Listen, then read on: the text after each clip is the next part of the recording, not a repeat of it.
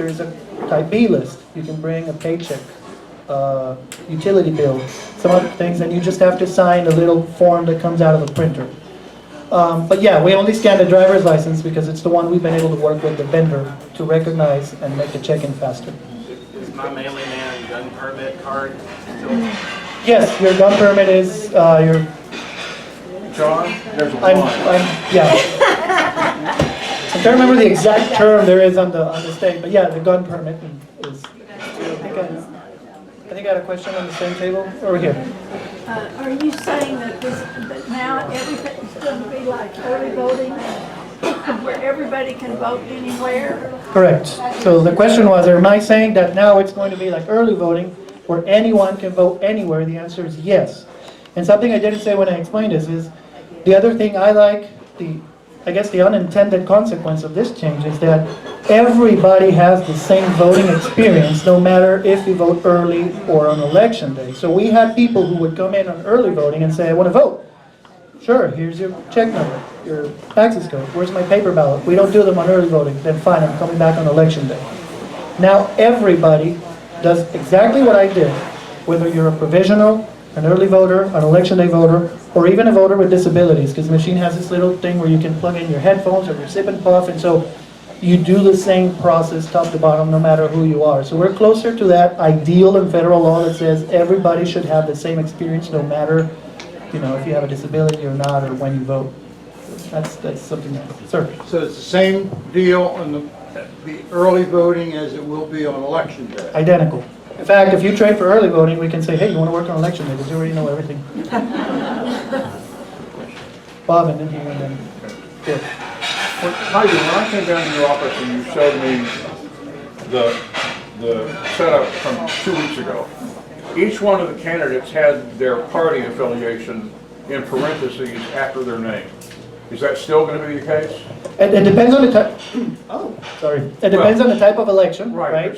But yeah, when it's necessary to be there, and there are certain stipulations in the law on when that has to be and when it doesn't have to be. But yeah, that's part of the certification process. That it can do it when necessary. The great news about that, in that we lost our straight ticket voting, as you know, okay?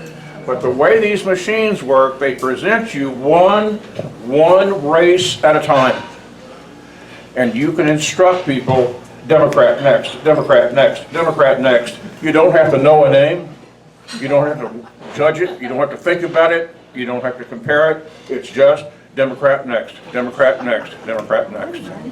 Okay? So it's almost straight ticket. State your name for the record. So yeah, I mean, there'll be some tools for that. Okay, so I have a question. How are you going to get this out to voters? How are they going to know that when they show up, this is what... And what are you going to do about people that show up and are like, oh my God, what is this? What is this? I don't know what's going on. What is your plan for that? Right. So we are already doing a lot of events like this. Obviously, we're working with the parties to say, hey, we even want to train this and have these some of the party headquarters in a permanent way, so that as your precinct chairs, Bob was getting ahead of me here, walk through, they help us spread the word out. We're also trying to work with cities and school districts and everyone to be, when do you have a town hall? When do you have a PTA meeting? I'll be there, or I'll send someone. Obviously, the ultimate thing would be to have something like in a Cowboys game, right? At the end, I'll go do that one.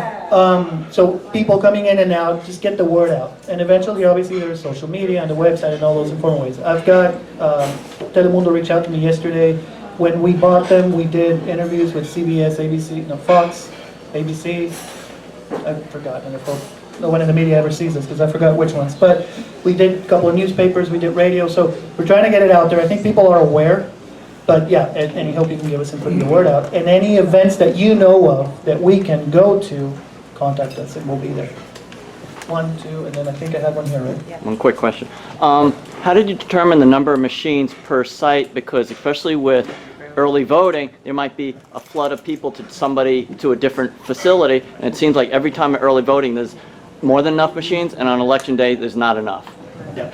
So basically, step one was everywhere there was a paper booth, now there's a machine. And then on top of that, we added more. So we ended up buying 3,000 of these And that should cover, that's about an average of 10 per site, which is a lot. We'll obviously be looking out for the numbers. Now, the good thing about this, like I said, this quote-unquote dumb terminal, is that it's not tied to the location. Literally, if I have 10 here and I have 5 there, and I have a bigger line there, I can have a tech unplug 2, take them over there and redistribute. So that gives me a lot more flexibility, at least during early voting, to address redistribution, depending on how people vote. Part of the learning curve and part of why the court said we're not inclined to reducing the number of locations is because since people can go anywhere, how do we predict where they go? And so part of it is going to be watching how people behave over the next 2 years before we make any decision on what we close down or not, or if we end up having to buy more to say, you know what, people are showing up more. Honestly, my hope is that more people vote early. Because I think that as people realize you can vote early with a paper trail, they'll say, you know what, I have 14 days to choose from as opposed to 8 hours to find a place. But we'll see. That's pretty much going to be follow-up and monitoring and redistributing. One here and then one here and there. Is the entire state of Texas using these machines? No. Some counties in Texas have bought the all-electronic version of this. Some counties have bought another vendor. We're seeing more and more counties move, let's say, in a proactive way towards a paper trail to avoid any kind of decertification and having to reinvest in equipment in case there is a change in federal law. But there's at least 2 vendors certified, and the third one that was trying to get certified while they were offering equipment to us that have the same concept. Choose and touch and get a print and vote. In fact, Dallas uses the other vendor, and they're also doing it for the first time. They're kind of doing what we're doing. Let's say that they are doing what we're doing. Buying new equipment, doing vote centers with a paper trail this November for the first time, too, but with a different flavor of it. Now, So are you saying that any voting location that's open will be open for the full thing? Like they're not going to, if it's open for early, it's open on election day as well? not all of them. That is the goal. We have dropped a few, and for those of you, some of you may say, well, the court said that you didn't reduce, but I went to this school and it wasn't open.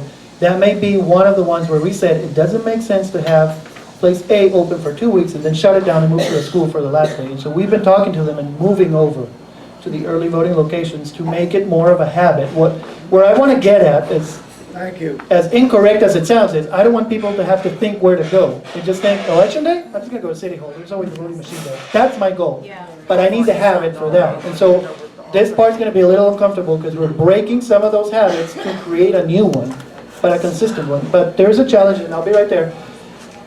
We choose the sites, the county chooses the sites in November, the parties do it in March, and the entities, the cities and ICs do it in May. So finding that common denominator isn't always going to be possible. But at least, if we find a minimum set, if 80% of them are always the same, well, you know, those floating ones may show up and down, but people who are constant voters will always say, I'll just go to the church, whatever, and it'll be open. I'll go to the school. And Do you already know which ones are open where? When we we're block- taking that list on Tuesday to Commissioner's Okay. Court to get When- approved. When we block walk, that's one thing that we like to be able to tell people is where they could vote. Yes, and again, some of that is going to change for those of you who've been following a process and are used to the key precinct and the precinct number. A lot of that is stripped out from the paperwork now, and you're just going to see a list that says, list of places, done. Because it doesn't make sense. We don't want to confuse people thinking, oh, I've got to go to this one because my precinct number is next to it. You can go to any. So we're kind of cleaning up all those formats and getting rid of anything that may create confusion and just say, boom. And so I'd rather take a call from someone saying, I can't find my precinct on the list. That's because you can go anywhere. Than confuse people by putting old formats on it. Sir. I'll ask you the same question I asked Gary Fickus that pissed him off. Can you answer with an emphatic no that anyone, especially people that are economically disadvantaged or in our minority communities, are not going to have to travel further than they normally did previously before voting centers to be able to vote? No, because we didn't close in. So any site that was open before is open now. Nobody Now, that's going to have to go further than they normally did. when we go to 2021, we'll go to that discussion. But we'll have data from the first year. But yeah, that was the exact mandate from the court. Yeah, exactly. Okay, Heider, you can go and apply, but no reductions for vote centers. Yes, sir. So are you comparing counts every night? Compare counts of, voters. So you've got paper and you've got a machine. On early voting, you mean every night? Any voting. Yeah, yeah, there's a process every time. So early voting, they close the machines. Basically, they're gonna close these lids. Some of you didn't see me set up, but the screen goes in here and you close it like a suitcase, and they're gonna put a numbered seal on it. And then the next day, they come in, check the seal, it's good, they open it, turn it up again, keep going. Part of that process is, how many did I check in here? How many codes did I issue? How many ballots do I have in the ballot box? There's a counter on the screen. You can come up and see it in a while. And that should balance every night during early voting. And then on election night, they do the same thing. And they also balance the leftover paper sheets. So we know we gave you 500, you had 300 people vote for the other 200. You got 198. Oh, I spoiled 2. That makes sense. Okay, carry on. You know, on election day, when people come in with their ID, the book that we have is just the people in that precinct. So now what's it gonna look like now? It must be a different process. Awesome question, and I assumed, y'all, look at me saying y'all familiar with that. So our question was, we used to have a paper roster with the people in the precinct, so I guess it's different because anyone can come in. I assumed that most of you were familiar with the electronic poll books. That was a change we started over a year ago. So for those of you who voted in the last year and a half, early, and on election day since November 2018, that iPad that we talked about that scans your license has everyone in the county. And so you don't have a paper list anymore. You're going to show your ID. If it's a license, we scan it. If not, we type your name and it says, yep, I've got Heider here. This is where he lives, but he needs ballot type 42. And so that's the code that moves on and so on and tells the other devices, don't let him vote. So if I show up in a second location and they scan my license again, it's going to say, no, you've already voted. You've got no option but to do a provisional. Ma'am, So they had a sign, they had a sign in the book. Now we're not going to sign? you're going to sign on the screen of the iPad, except a few documents that the Secretary of State wants a wet signature on. And so what we did to simplify some of the poll worker work is we're not giving you a stack of 5 or 6 different types of blank forms. They're coming out of the printer of the poll book. So the moment we scan your license, it checks the voter registration and says, all right, so this is Heider, but it looks like he hasn't returned a ballot, an absentee ballot, so he's got to sign one of these, and it comes out the printer. And so part of the intent of modernizing all of this is also reducing the error on the poll worker side. Look, I've done elections in a lot of places around the world. One of the wonderful things about the system in the U.S. is it always gives you the benefit of the doubt, and it pushes it a little more in favor of the voter. So you have absentee. You have provisional ballot. I mean, nowhere in the world you show up and you're not on the list and they say, well, you'll still get to vote just in case we messed up.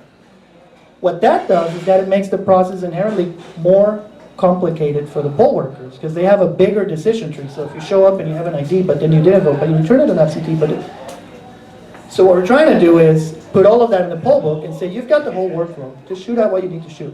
And so simplify, because that's a place where a lot of errors are made, and then we get those counts that you were asking back, and we say, okay, we've got 40 chickens, but 41 people on the poll list, but 39 ballots in the ballot box. What happened here? So we start breaking down the paperwork and realize, okay, they wrote a name 2 times, and then they gave someone a provisional and it went in there, and they didn't stop it. Most of those things have been automated now. So if I give you a provisional, and I'm helping someone else and I don't pay attention, and you try to put it in the ballot box, it's going to spit it out and say, provisionals don't come in. The old system didn't do that.